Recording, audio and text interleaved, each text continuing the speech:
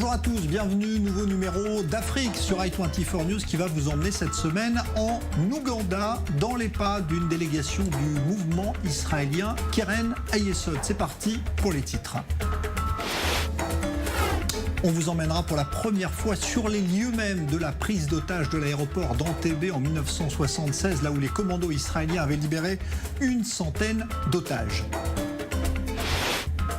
Et puis à quand remonte l'histoire des relations diplomatiques entre Israël et l'Ouganda? Eh bien de manière assez surprenante, c'était bien avant la date de la création de l'État d'Israël.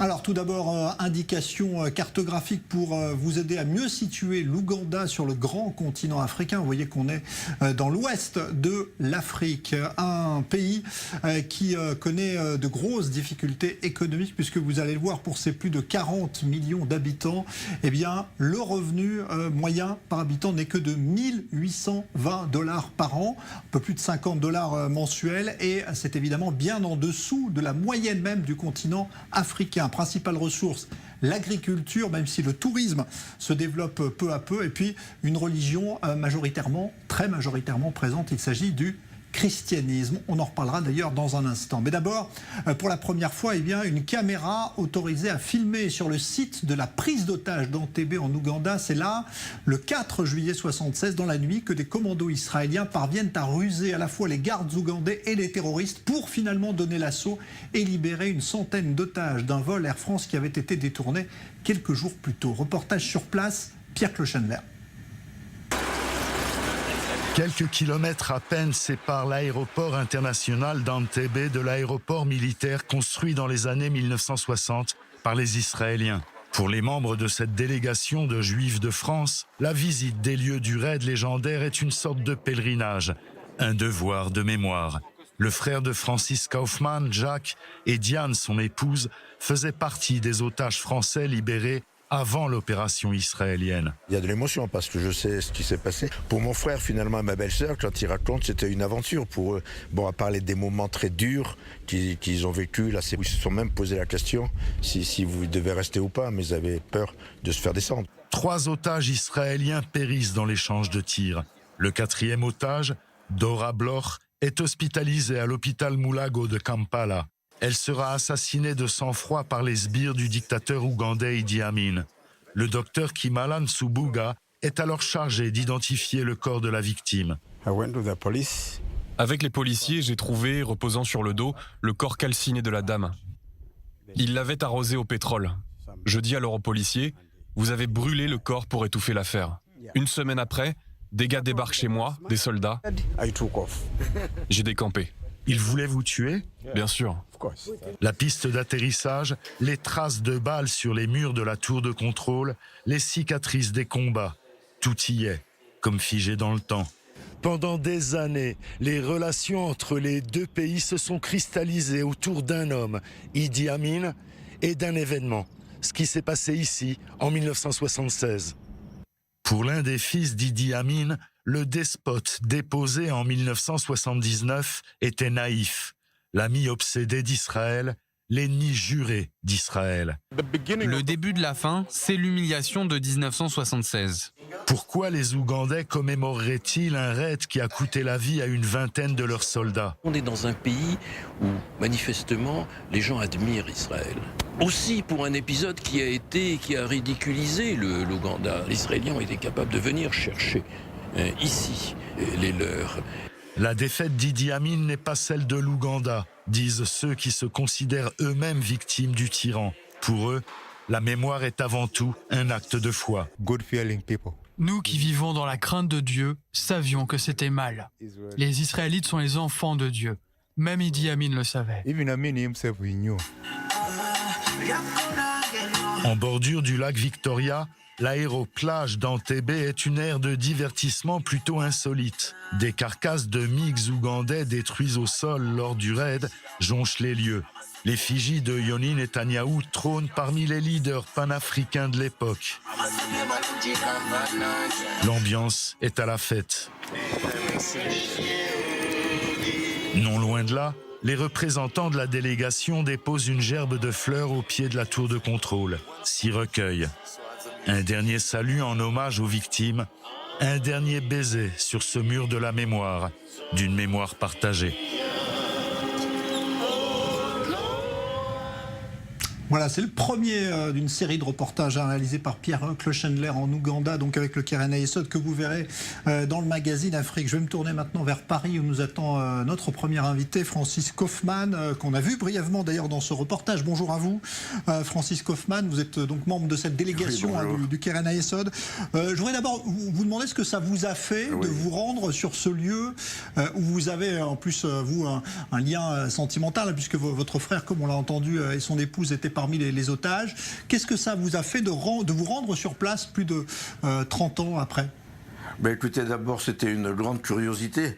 Alors, ça n'était pas un événement trop triste, puisque mon frère et ma belle-sœur en sont sortis indemnes, et pour eux, c'était un épisode de leur vie très, très marquant. Et d'ailleurs, ils avaient gardé après des relations très fortes avec le commandant Michel Bacos, qui vient de décéder, et avec qui ils étaient en contact à peu près tous les ans.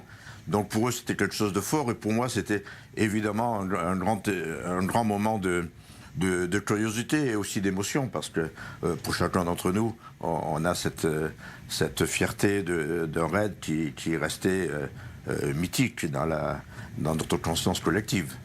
Alors il faut préciser que votre frère et son épouse ont été libérés. Il y a eu une première vague de libération avant l'assaut des commandos israéliens. Qu'est-ce qu'il vous avait raconté de son expérience là-bas en TB? Oui, alors il y avait eu deux vagues. Il y avait une première vague le mercredi soir qui a libéré surtout des femmes et des enfants et des personnes âgées. Et eux ont été libérés le jeudi soir dans la deuxième vague. C'était un petit peu dramatique d'ailleurs, parce que c'est à ce moment-là qu'il y a eu cette sélection entre les Israéliens et les autres, qui a rappelé évidemment des souvenirs absolument épouvantables. Ça a été un des moments les plus durs. Un des moments forts qu'ils avaient vécu, par exemple, c'est quand il y a eu deux sœurs, une israélienne et une américaine, qui ont été séparées par les terroristes, par les preneurs d'otages, en particulier par cette Allemande. L'une donc ça a été des cris épouvantables entre elles quand elles ont été séparées, et cette terroriste après est allée les prendre dans ses bras en leur disant mais ne vous en faites pas. Enfin donc on était vraiment dans la manipulation et l'humiliation. Ça les a beaucoup choqués. Mais alors de notre côté, après leur libération à Paris, le vendredi, il y a eu, très, très modestement, chez moi, une réunion où des gens des Israéliens, j'imagine du Mossad ou je ne sais de quel service, sont venus et ont interrogé 5 ou 6 otages qui se sont réunis chez moi, et ils ont travaillé sur les plans de l'aéroport. Les plans de l'aéroport, les photos, les habitudes de vie. Donc, quelque part, je peux dire tout à fait modestement que une partie du travail d'Antébé a été préparé chez moi, et j'imagine aussi chez pas mal d'autres personnes qui ont été libérées en même temps. Ça, c'était le vendredi, et le raid a eu lieu le dimanche matin. Oui, c'est vrai, c'est bien que vous le racontiez, ça, parce qu'effectivement, les Israéliens ont interrogé les otages libérés pour préparer l'assaut, parce qu'ils avaient besoin d'informations de première main, et ça s'est passé, donc vous nous le dites aussi chez vous, oui. Francis Kaufmann. Alors, quand vous êtes retourné là-bas... Aussi, oui. Quel est le sentiment des Ougandais aujourd'hui, ceux qui vous ont accueillis là-bas sur ce site? Parce qu'il y a peut-être aussi une part de honte chez eux. Comment vous les sentez par rapport à cet événement? Écoutez, c'est très très étonnant, c'est même un peu sidérant, parce qu'on a été reçus merveilleusement bien par des gens qui ont l'amitié pour Israël. Et ce qui est assez incroyable, c'est qu'il y a donc des inscriptions pour les morts israéliens, mais il n'y a pas un mot sur les soldats ougandais qui sont tombés. On parle on ne sait pas vraiment le nom. Bon, il y en a qui parlent de 20 personnes, d'autres de plus, on ne sait pas. Mais il n'y a pas une inscription pour les soldats ougandais. Par contre, sur l'amitié israélo-ougandaise, les tableaux ensemble, les photos de Netanyahou quand il est venu il y a quelques années, tout ça est glorifié et mis en avant. Donc c'est assez surprenant. Et plutôt sympathique pour nous, bien sûr. Hein. Alors, qu'est-ce que le Keren Hayesod est venu faire, justement, en Ouganda? Parce que le voyage, c'était pas seulement Entebbe, on verra, nous, d'autres reportages par la suite, mais il y avait d'autres objets. Hein. Oui, alors, bon, ce voyage, pour moi, ça a été presque comme une évidence, parce que, bon, d'abord parce qu'il y avait Entebbe, évidemment, mais aussi parce que, vous savez, la vocation du Keren Hayesod, depuis 100 ans, hein, le Keren Hayesod est intimement lié à la vie de l'État d'Israël, parce que c'est l'intégration des jeunes des pays du monde entier et des pays en difficulté dans l'État d'Israël. Et aussi, et ce qui est assez remarquable, c'est aussi le know-how, le savoir-faire israélien qui est exporté dans des pays en difficulté, des pays, comme on dit, en développement, en Afrique, en Amérique du Sud, et donc en termes culturels, en termes éducatifs, en termes agricoles, il y a des volontaires israéliens, des jeunes, qui sont assez remarquables, qu'on a rencontrés, qui vont donc là en Ouganda pour s'occuper d'écoles, de gamins, et voilà. Et c'était là aussi une grande curiosité, un grand intérêt de voir ce programme qui s'appelle le programme TEN en œuvre, donc en Ouganda, mais ça se passe aussi au Ghana, ça se passe aussi, je crois, au Pérou, ça se passe aussi en Afrique du Sud. Alors, vous parliez tout à l'heure de l'admiration qu'ont ces Ougandais, de l'attirance vers Israël, c'est aussi vers la religion juive, hein, qui représente pour eux quelque chose aussi d'important. Oui, alors à la fois, on a l'impression que le judaïsme, pour eux, est quelque chose d'admirable. Ils nous parlent beaucoup de... c'est un État assez mystique. Hein. On a été au Parlement aussi, on a vu, il y a beaucoup de prières, il y a beaucoup la religion est étonnamment présente pour nous parmi ce peuple. Et puis aussi, il y avait pour nous les Abayudaya. Hein, je pense que vous avez déjà entendu parler des Abayudaya, qui est cette communauté, j'allais dire tribu, cette communauté juive, récemment juive d'ailleurs, hein, depuis la fin du 19e, le début du 20e, qui pratique complètement le judaïsme, qui vit le judaïsme par toutes ses pores, qui font les prières. Alors on a participé à une réception assez remarquable où ils ont fait des prières avec le tam-tam et la guitare. C'était à la fois très étonnant et très émouvant de voir ces communautés qui se prétendent, qui se veulent juives totalement. Eh ben voilà, on verra d'ailleurs le reportage de Pierre Clochener sur ce moment que vous nous racontiez, oui. Francis Kaufmann. Merci. Oui, qui était pour nous assez exceptionnel, hein, je dois dire. Eh ben merci en tout cas pour votre témoignage précieux aussi, hein, sur à la fois l'histoire donc liée à Entebbe et ce voyage du Keren Hayesod en Ouganda. Oui. Merci Francis Kaufmann d'avoir été l'invité d'Afrique depuis Paris. On va maintenant évoquer les relations diplomatiques entre Israël et l'Ouganda. On peut être assez surpris de constater que dans ce pays, qui est une ancienne colonie britannique, les premiers sionistes s'étaient vus proposer de fonder un futur État, qui se serait peut-être pas appelé Israël d'ailleurs, à cet endroit même. Quant aux Ougandais eux-mêmes, qui sont majoritairement chrétiens, ils ont toujours été attirés par Israël, comme on vient d'en parler. Reportage sur place à Kampala de Pierre Clochener.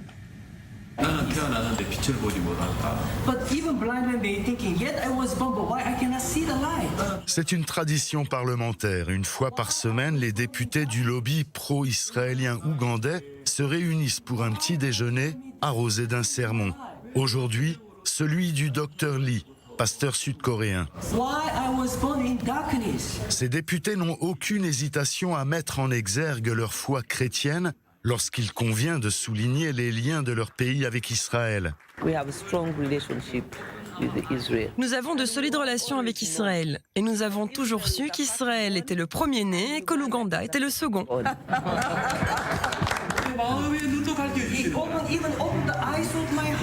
Par contre, lorsqu'il s'agit de débattre de questions épineuses, exudant un esprit plus diplomatique que biblique, les députés s'en remettent aux bons offices d'un autre seigneur, le président Yoweri Museveni, au pouvoir depuis 1986.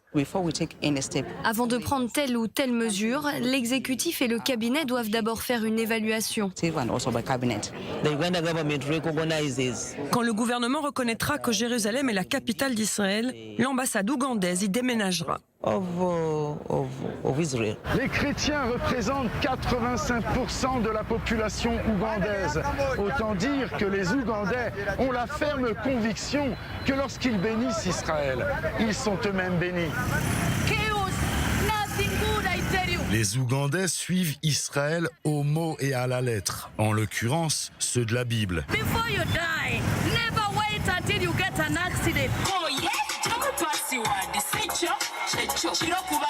Dans le ghetto Nachiguo d'Entebbe, l'association des vendeuses du marché local profite du repos dominical pour discuter des affaires courantes. Les corps se délient, les langues aussi.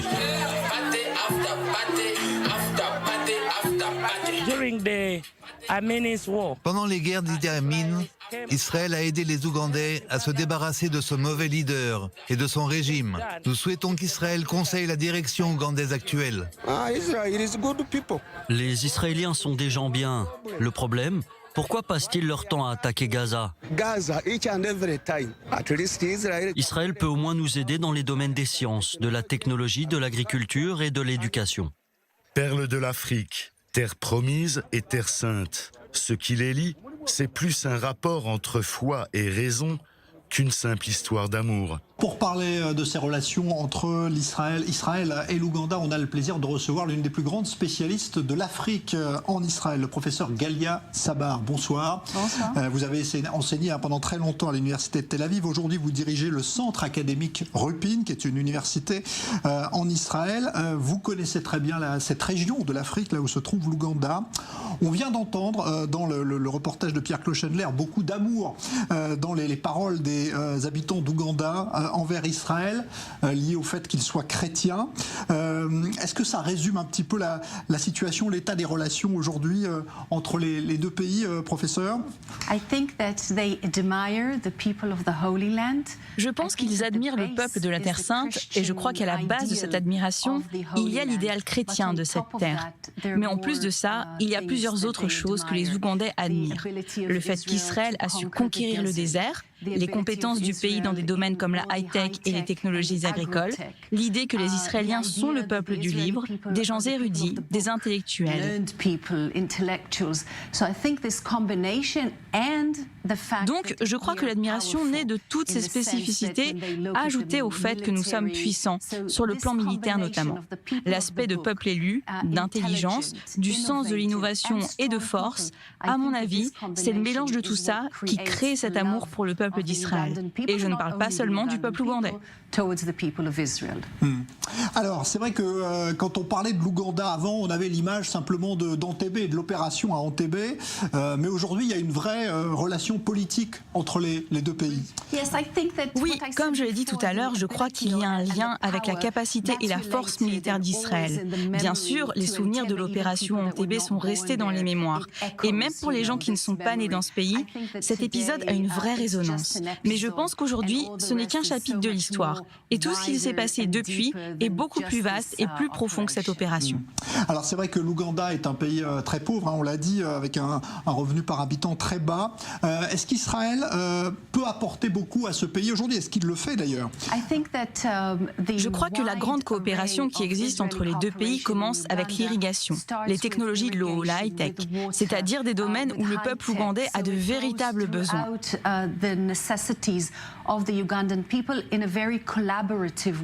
Mais ça ne se fait pas de manière paternaliste. Il y a une véritable collaboration et un rapport de partenaires. Israël demande à l'Ouganda quels besoins il a et il apporte toute l'aide qu'il peut. Donc, comme je l'ai dit, il y a une collaboration dans les domaines de l'eau, de l'irrigation, mais aussi de l'infrastructure au niveau éducatif, médical et dans d'autres domaines industriels. Tout ce qu'Israël peut fournir, il le fournit et il recherche toujours des partenaires locaux. Aussi bien le gouvernement que les entreprises privées et les ONG israéliennes, tous font beaucoup pour l'Ouganda. and also various non-governmental organizations that are also active in Uganda. Alors c'est vrai que les relations entre Israël et l'Ouganda, on peut dire qu'elles ont commencé avant même la création d'Israël, parce qu'il y a eu ce projet baptisé Ouganda, mais vous allez nous expliquer ce que c'était en fait, c'était pas vraiment l'Ouganda. Les Britanniques voulaient au départ que le Congrès juif mondial installe l'État d'Israël en Ouganda, c'était au début du 19e siècle. Alors pour ça, il faut remonter au début du XXe siècle, quand le peuple juif, mené par Herzl, a voulu se trouver un foyer national, car il pensait qu'il ne pourrait pas s'établir en Palestine, en Terre Sainte. Donc plusieurs possibilités ont été envisagées, et l'une d'entre elles était sous le règne colonial britannique en Afrique de l'Est, qui s'appelait à l'époque le Protectorat britannique d'Afrique de l'Est, et qui regroupe aujourd'hui une partie ouest du Kenya et une partie de l'Ouganda, là où se trouve le mont Elgon. 3 ou 4 juifs sont partis en expédition pour découvrir les lieux et déterminer si le peuple juif pouvait s'y installer. Ils en sont revenus en se demandant s'ils allaient vraiment établir l'État juif à cet endroit, et finalement, ça ne s'est pas fait. Mais c'est une option qui a été envisagée et on enseigne ce chapitre de l'histoire, on en parle. Et c'est très intéressant de se dire que cet épisode a eu lieu bien avant la création de l'État ougandais et bien longtemps avant la création de l'État d'Israël. Et c'est peut-être ce qui fait qu'aujourd'hui il y a des relations si proches d'ailleurs entre Israël et l'Ouganda. Il y a peut-être quelque chose finalement entre les Juifs, le peuple juif et l'Afrique. Est-ce que vous pensez ça?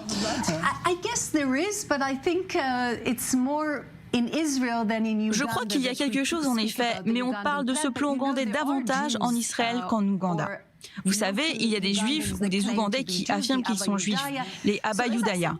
Donc comme je l'ai dit tout à l'heure, la relation entre les deux pays a de nombreuses caractéristiques. La coopération ne se fait pas que dans un seul domaine. Il y a vraiment une collaboration à plusieurs niveaux. Et c'est la raison pour laquelle, malgré les hauts et les bas qu'il y a pu avoir, notamment après la guerre de Kippour en 1973, l'Ouganda entretient avec Israël des relations très fortes. Je crois que c'est dû en partie à la personnalité du président ougandais actuel, Yoweri Museveni, qui a une grande admiration pour Israël. Et son cabinet et ses ministres ouvrent vraiment la voie à plusieurs initiatives israéliennes.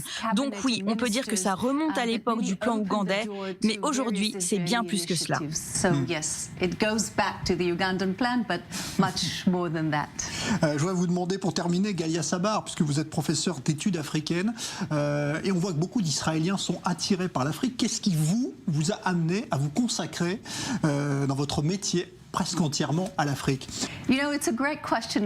C'est une bonne question, et d'ailleurs on me la pose souvent. Quand on me regarde, on voit que je ne suis pas africaine, que je ne suis pas née en Afrique. J'ai été élevée selon une culture totalement différente. Mais s'il y a bien une chose que j'ai apprise au fil des ans, c'est qu'il y a bien plus de points communs que ce qu'on pense entre nous. Car après tout, nous sommes tous des êtres humains. J'aime découvrir des cultures qui semblent très éloignées de la mienne, et en creusant un peu plus en profondeur, je me rends compte qu'il existe des similitudes entre ces deux cultures qui, a priori, étaient très différentes. Ça, c'est une première chose. La deuxième chose, c'est que je pense que les individus qui luttent pour survivre essayent en permanence de trouver de nouveaux moyens pour vivre et pour comprendre certains phénomènes humains. Et ainsi, ils arrivent à créer de nouvelles manières de voir les choses, encore plus innovantes par rapport à ce que nous faisons, nous, dans nos civilisations occidentales. Donc je m'en réfère toujours aux intellectuels, aux idées, à la mode et à la musique d'Afrique pour trouver de nouvelles idées afin de mieux voir et de mieux comprendre le monde qui m'entoure. Eh ben, merci beaucoup pour cet exposé, professeur Galia Sabar. C'était effectivement une très bonne manière de résumer aussi ce qu'on essaie de faire dans l'Afrique, dans ces liens justement entre Israël et l'Afrique. Merci d'avoir été l'invité du magazine Afrique. Merci beaucoup. Alors, l'Ouganda marche peut-être sur les traces d'Israël aujourd'hui en matière d'innovation, puisque le pays veut mettre en place la livraison de matériel médical par drone. Myri Maman. Oui, Jean-Charles, on parle souvent des drones de surveillance chargés de contrôler des frontières ennemies, des drones espions, encore des drones de combat. Mais il y a aussi des drones qui servent la santé. En Afrique, ils sont notamment très utiles pour le transport de médicaments. L'Ouganda envisage sérieusement de les utiliser pour ravitailler ses établissements de santé. Les hôpitaux publics ougandais sont souvent confrontés à des pénuries de produits essentiels, comme des poches de sang, des médicaments, des seringues, de la gaz et même des gants. L'une des causes principales de cette pénurie, c'est le mauvais état des routes du pays. Lorsque les gens ont des besoins urgents, lorsque leur vie est en danger et que l'hôpital n'a peut-être pas le sang ou les médicaments dont ils ont besoin pour rester en vie, nous pouvons leur faire parvenir ces médicaments en 15 ou 20 minutes en envoyant un drone et en faisant tomber un paquet de médicaments à l'hôpital. Cette situation est encore plus grave en ce qui concerne les petits établissements de santé publique. Les produits médicaux doivent souvent être transportés sur de plus longues distances et on comprend que cela pose un réel problème en cas d'urgence. À cela s'ajoute un autre souci, ces dispensaires n'ont pas d'installation adéquate pour stocker du sang. Ils ne peuvent donc recevoir que des petites quantités. Tout cela a conduit le gouvernement ougandais à discuter d'un accord avec une société de drones de livraison qui travaille déjà avec le Ghana et le Rwanda. En Éthiopie aussi, ces drones servent également aux organisations humanitaires pour faire un point sur la situation dans les lieux inaccessibles. En Éthiopie et dans de nombreux pays d'Afrique, les drones sont principalement utilisés pour la sécurité. Mais le potentiel pour les opérations civiles, le développement humanitaire, le transport des médicaments, du sang, l'évaluation rapide et la cartographie est énorme. Et la technologie se développe très vite. L'Ouganda est en passe de rejoindre les nombreux pays africains qui utilisent des drones pour faire des approvisionnements en médicaments. Si tout se passe bien, les premiers drones devraient décoller dans le courant 2020. Et avant de se quitter, comme chaque semaine, voici une carte postale vidéo venue d'Afrique. Vous nous dites sur la page i24 News Facebook du magazine Afrique, d'où vous regardez i24 News sur le continent africain. C'est parti. Je suis Lucien Songuet, à la cellule de communication de la mairie d'Edea Premier au Cameroun. Je profite de cette plateforme pour dire merci à toute l'équipe de i24 News pour tout le travail qu'ils abattent par rapport aux informations. Vraiment, chapeau, bon vent et toute la communauté de la ville d'Edea Premier pour soutien. Merci, ciao, ciao. Voilà, à mon tour de dire chapeau. Merci à vous de votre fidélité. On vous retrouve la semaine prochaine, évidemment, ici même, pour un nouveau numéro d'Afrique. Salut!